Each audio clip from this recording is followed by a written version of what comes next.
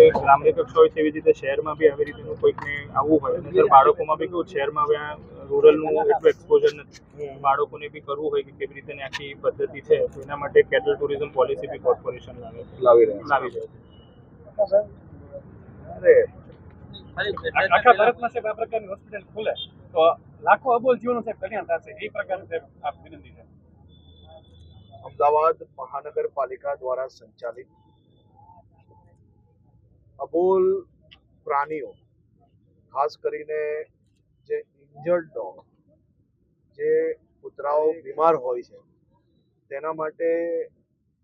બધી જ સુવિધાઓ જોડે બનાવેલી આ હોસ્પિટલ અને રેસ્ક્યુ સેન્ટર એ જોઈને મને ખૂબ આનંદ થયો અને અમદાવાદ મહાનગરપાલિકાએ જે કૂતરાઓને બચાવવા માટે ખાસ કરીને જે આ પ્રયાસ કરવામાં આવે છે એમાં મેં જોયું કે ઘણા કૂતરાઓ ખૂબ બીમાર છે, ગરમીના કારણે, ડિહાઇડ્રેશનના કારણે અને બીજી અનેક બીમારીઓના કારણે. એ કૂતરાઓને આસપાસમાંથી ફોન આવતાની સાથે એમ્બ્યુલન્સના માધ્યમથી આ કૂતરાઓને અહીંયા લાવીને સારવાર કરવામાં આવે છે. આ એક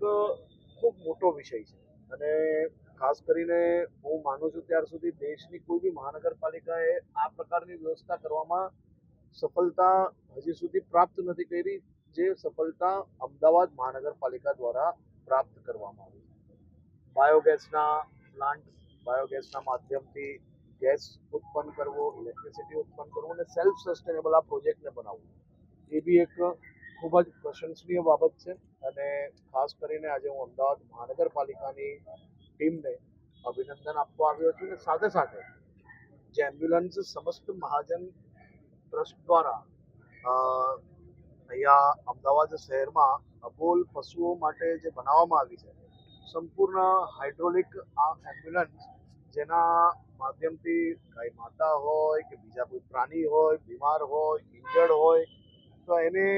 જે ડમ્પર પર ચડાવવામાં જે તકલીફ પડતી હતી એને સંપૂર્ણ હાઇડ્રોલિક એમ્બ્યુલન્સ બનાવવાના કારણે એને ખૂબ સરળતાથી એમ્બ્યુલન્સમાં શિફ્ટ કરવામાં ઉપયોગી થઈ શકે છે. એ પ્રકારની આ એમ્બ્યુલન્સ બનાવી છે તે બદલ હું ડોનરને અને સમસ્ત મહાજન જે ટ્રસ્ટ છે તેમને બી ખૂબ ખૂબ અભિનંદન આપું છું.